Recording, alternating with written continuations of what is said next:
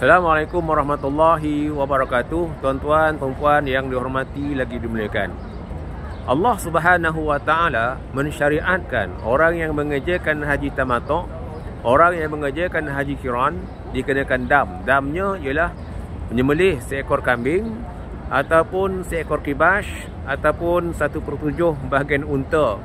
Dan sembelihan ini hendaklah dilakukan di kota Mekah Al-Mukarramah.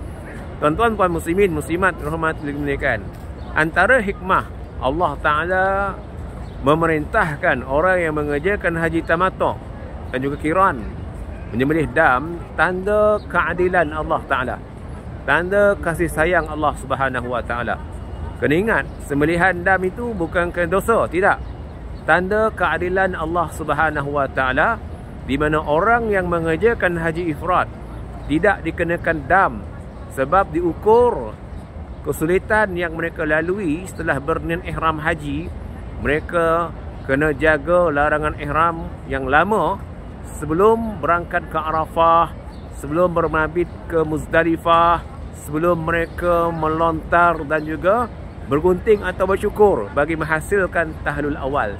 Mungkin dalam tempoh untuk menghasilkan tahlul awal itu, mereka kena jaga larangan ihram yang lama. Banyaklah kesulitan yang mereka lalui. Sebab itu Allah Subhanahu wa taala, Tuhan yang Maha Pengasih, Tuhan yang Maha Penyayang, mengecualikan orang yang mengerjakan haji ifrad dikenakan dam. Tetapi orang yang mengerjakan haji tamattu', orang yang mengerjakan haji qiran, banyak keringanan, kelonggaran yang Allah Subhanahu wa taala berikan ke atas mereka yang mengerjakan haji secara ini.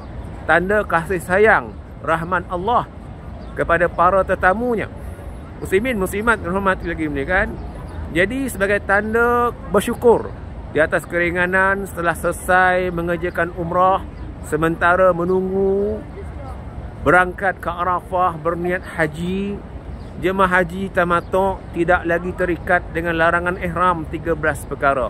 Bahkan mereka boleh setelah selesai umrah yang pertama, mereka pergi ke Tanah Naim, mengerjakan umrah yang kedua, umrah yang ketiga. Banyak kelebihan, kelonggaran yang Allah Ta'ala kurniakan kepada orang yang mengerja haji secara ini sebagai hadiah, anugerah daripada Allah Subhanahu wa Ta'ala. Jadi tanda keadilan Allah Ta'ala, orang yang mengerjakan haji ifrad dapat pahala besar kerana menjaga larangan ihram yang lama. Orang yang mengerjakan haji tamattu' dapat pahala besar kerana menyembelih dam. Dam, daging sembelihan itu diagihkan kepada fakir miskin di Mekah Al-Mukarramah. Alangkah besarnya pahala yang Allah anugerahkan ke atas orang yang mengerjakan haji tamattu'.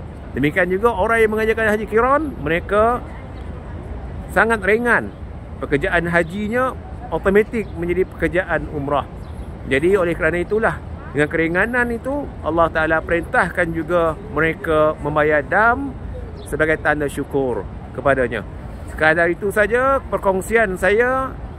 Sekian, Assalamualaikum warahmatullahi wabarakatuh.